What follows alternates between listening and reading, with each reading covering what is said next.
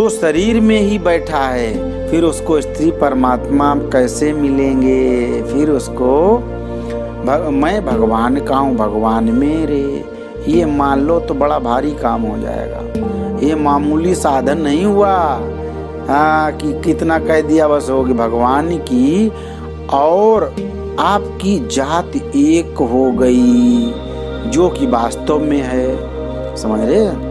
जाति, कुल, विद्या, संप्रदाय आदि का अभिमान परमात्मा की प्राप्ति में बाधक है। भगवान जिस किसी की जाति, जिस जाति के हैं उसी जाति के हम हैं। भगवान ने खुद ही कहा है कि असली संबंध मेरे साथ, बाकी सब नकली हैं। भगवान के अंश हैं हम लोग। ममई वांसो जीव लोके जीव भूत सनातना।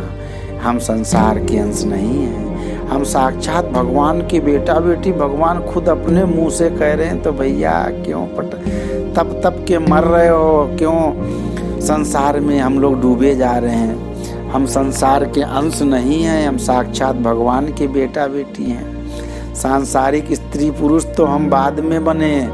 सो माया बस भयउ गुसाई, मरे जीव मरकट के नाई। मानस उत्तरकांड में 117वां चौपाई है। जो यहाँ जो शंका हो सकती है कि मैं भगवान की बेटी हूँ, ऐसा मानने से अपने में स्त्री भाव जग रह जाएगा। वास्तव में ऐसी बात नहीं है। अगर भगवान के साथ संबंध मानने से स्त्री भाव रह भी जाए तो वह मिट जाएगा। भगवान का संबंध ऐसा विलक्षण है कि सभी संबंधों को काट देता है। कारण कि सब संबंध झूठे हैं, पर भगवान का संबंध सच्चा है। भगवान ने कहा है कि जीव केवल मेरा ही अंश है। सच्ची बात के आगे झूठी बात कैसे टिकेगी? परंतु आप मैं स्त्री हूँ, मैं पुरुष हूँ, इस बात को मात तो देते रहोगे तो ये कैसे मिटेगा? यद्यपि मृषा छूटत कठिनाई, इसलिए एक भगवान के सिवाय दूसरे का सर्वथा निषेध कर दो। क्या? मेरो तो गिरधर गोपाल, दूसरो ना कोई। भगवान मिले चाहे उम्र भर न मिले, दर्शन दें चाहे न दें, पर हम तो भगवान के ही हैं। भरत जी कहते हैं, जानो राम कुटिल कर मोही, लोग कहो गुरु साहिब द्रोही। सीताराम चरण रति मोरे, अनुदित बढ़ो अनुग्रह तोरे। मानस श्री रामचरित अयोध्या कांड 205वां चौपाई। हम जैसे हैं भगवान के हैं। अच्छे हैं तो भगवान के, बुरे तो भगवान के। जैसे विवाहित स्त्री भीतर से अपने को कुंवारी नहीं मान सकती, इसी तरह भक्त भगवान के सिवाय दूसरे को अपना मान सकता ही नहीं। झूठी बात कैसे माने?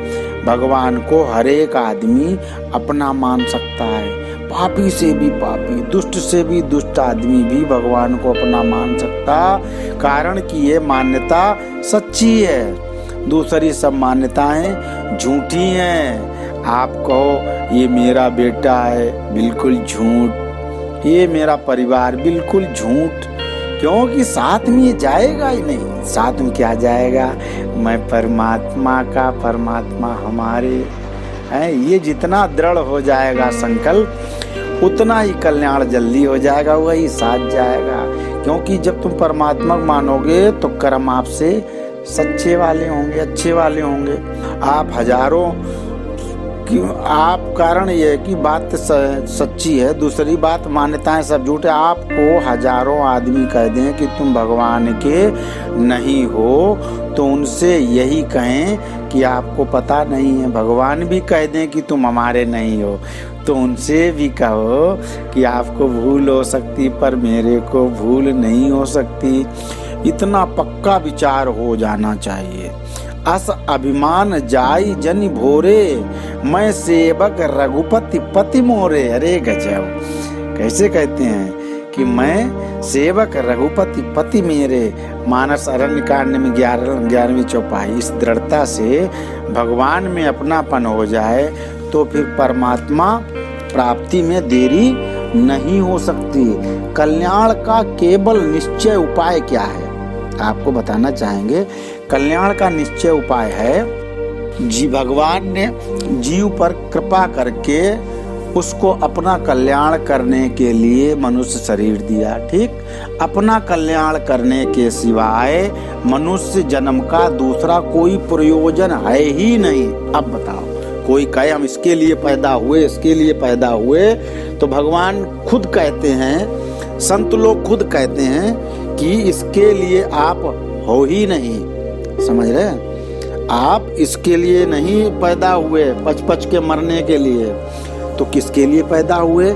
कल्याण का निश्चित उपाय है कि अपना कल्याण करने के लिए के सिवाय मनुष्य जन्म का दूसरा प्रयोजन है। शरीर, धन, संपत्ति, जमीन, मकान, स्त्री, पुरुष आदि जितनी भी सांसारिक वस्तुएं हैं, वे सब की सब मिलने और बिछुड़ने वाली हैं। खूब बांध लो, स्टाम्प लिखवा लो कि हमारा ही है, लेकिन एक करंट गायब हुआ, सब खत्म। अतः कोई कितना भी बड़ा धनवान बन जाए, बलवान बन जाए, विद्वान बन जाए, ऊंचे पद वाला बन जाए, बड़े कुटुंब वाला बन जाए, पर अपने कल्याण के बिना ये सब की सब वस्तुएं अपने कुछ काम न आएंगी।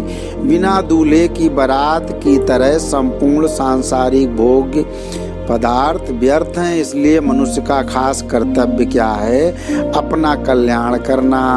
एक मार्मिक बात है कि अपना कल्याण करने में मनुष्य मात्र सर्वथा स्वतंत्र है, समर्थ है, योग्य, अधिकारी है।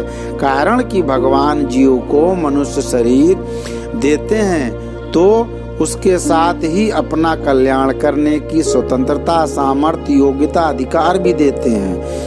अब प्रश्न उठता है कि अपना कल्याण करने के लिए क्या करें? इसका उत्तर है कि मनुष्य इन 4 बातों को दृढ़ता से स्वीकार कर ले तो कल्याण हो जाएगा। कौन सी 4 बातें? नंबर 1, मेरा कुछ भी नहीं है। जिस चक्कर में हम लोग दुनिया के ये संत श्री राम सुखदास जी बोल रहे हैं, मेरा कुछ भी नहीं है। दूसरा, मेरे को कुछ भी नहीं चाहिए, मेरा किसी से कोई संबंध नहीं है, मेरे केवल भगवान ही है। मिलने और बिछुड़ने वाली वस्तुओं को अपना मानना मूल दोष है, जिससे संपूर्ण दोषों की उत्पत्ति होती है। वास्तव में अनंत ब्रह्मांडों में केस जितनी वस्तु भी अपनी नहीं है।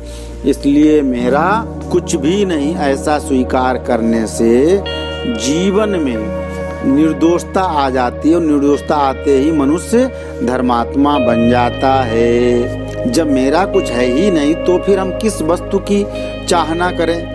अतः मेरे को कुछ भी नहीं चाहिए ऐसा स्वीकार करते ही जीवन में निष्कामता आ जाती है। निष्कामता आते ही मनुष्य योगी हो जाता है, अर्थात उसको समत्व रूप योग की प्राप्ति हो जाती है। समत्व योगम उच्यते, गीता 2:48वां श्लोक। कोई भी कामना न होने से उसको चित्त वृत्ति निरोध रूप योग की भी प्राप्ति हो जाती है। मनुष्य मात्र का स्वरूप स्वतः असंग है, असंगो अयम पुरुषः।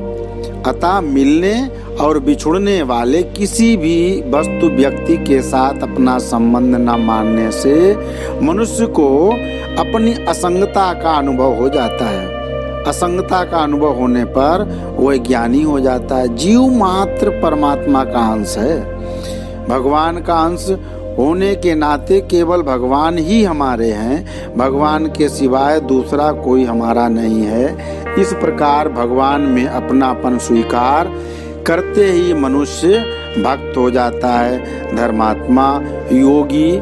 और भक्त होने से मनुष्य का कल्याण निहित है। ऐसा होने में कठिनाई भी नहीं है, क्योंकि वास्तव में मनुष्य मात्र का स्वरूप स्वतः निर्दोष, निष्काम, असंग और भगवान का अंश है।